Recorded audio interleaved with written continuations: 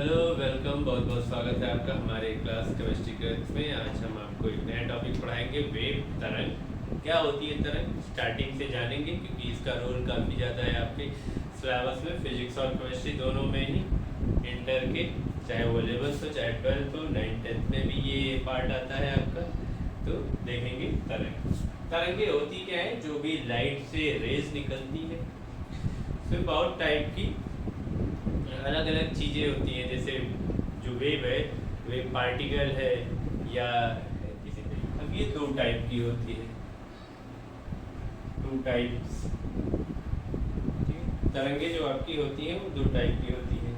पहली तो होती है मैकेनिकल वेव। मैकेनिकल वेव जिसको कहते हैं यांत्रिक तरंगे।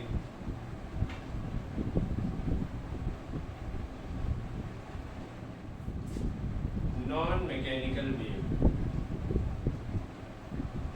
नॉन मैकेनिकल वेव जिसको हम बोलते हैं अयांत्रिक तरंगे। आ लगा दो, बाकी सब यांत्रिक लगा दो। अयांत्रिक तरंगे। अब यांत्रिक तरंगे क्या है, मैकेनिकल यांत्रिक तरंगे क्या है। अब ऐसी तरंगे, मैकेनिकल वेव क्या होती है, ऐसी तरंगे जो हम सॉलिड, लिक्विड और गैस तीनों मीडियम में,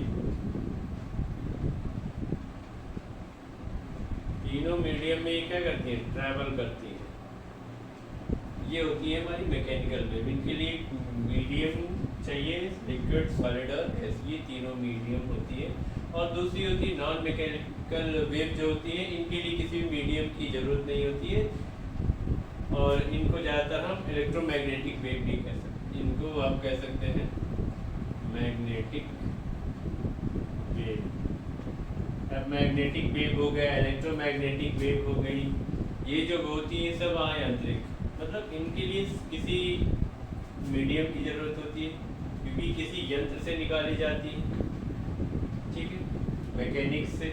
तो इनके लिए मीडियम। मैग्नेटिक वेव करंट से प्रोवाइड करी जाती है, या जैसे सनलाइट हो गई, सैटेलाइट वेव हो गई, इनके लिए किसी मीडियम की ज़रूरत नहीं है, तो वो मैग्नेटिक वेव्स होती है।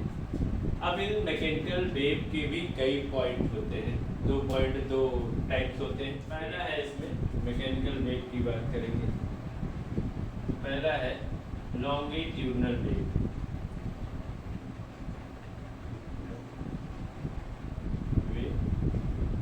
और दूसरा है ट्रांसवर्स वेव।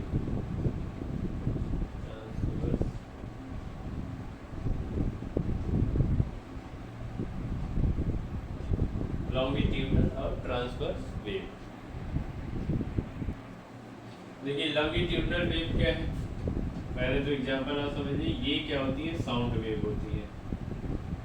साउंड वेव जो कि किसी भी जो इनका मीडियम होता है उसकी ये हमेशा लॉन्गिट्यूडनल यानी पैरेलल चलती है।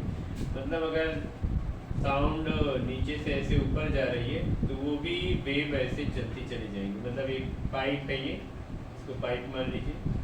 अब ये इसी में घूमती घूमती घूमती ऊपर नीचे जाएंगी, ऐसे लॉन्गिट्यूड होती है। या अगर सीधे जा रही है तो ये भी सीधे जाएगी, आवाज़ सीधे जा रही है तो वेव आसानी से सीधे जा रही है। और ये साउंड वेव्स होती हैं, ये हमेशा लॉन्गिट्यूडनल पे चलती है। इसीलिए जब भी आवाज़ आती है तो हमेशा हमें एक जैसे ज़्यादा तेज आवाज़ आती है तो कर्कश या तीखी ध्वनि आपको सुनाई देती है, साउंड वेव। ट्रांसवर्स वेव होती है जो कि लाइट वेव है, ये लाइट के लिए होती है। और ये क्या होती है, पैरेलल नहीं होती। यहाँ पर ये क्या है, एक दूसरे के पैरेलल। ये जो लॉन्गिट्यूडनल वेव है ये साउंड वेव या जो भी इसका मीडियम होता है उसके समांतर चलती है, पैरेलल। और लाइट वेव है, जैसे लाइट है, अब वो कैसे चल रही है,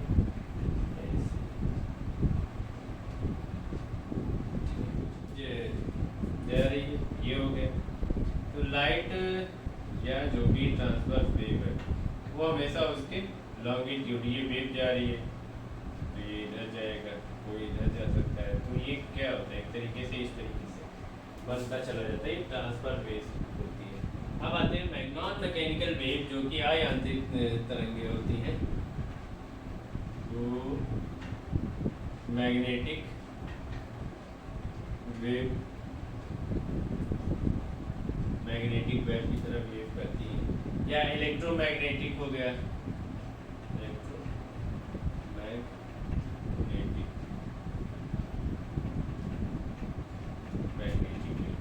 इलेक्ट्रोमैग्नेटिक वेव जो आपके इलेक्ट्रॉन, प्रोटॉन, न्यूट्रॉन या फोटॉन भी जो होते हैं,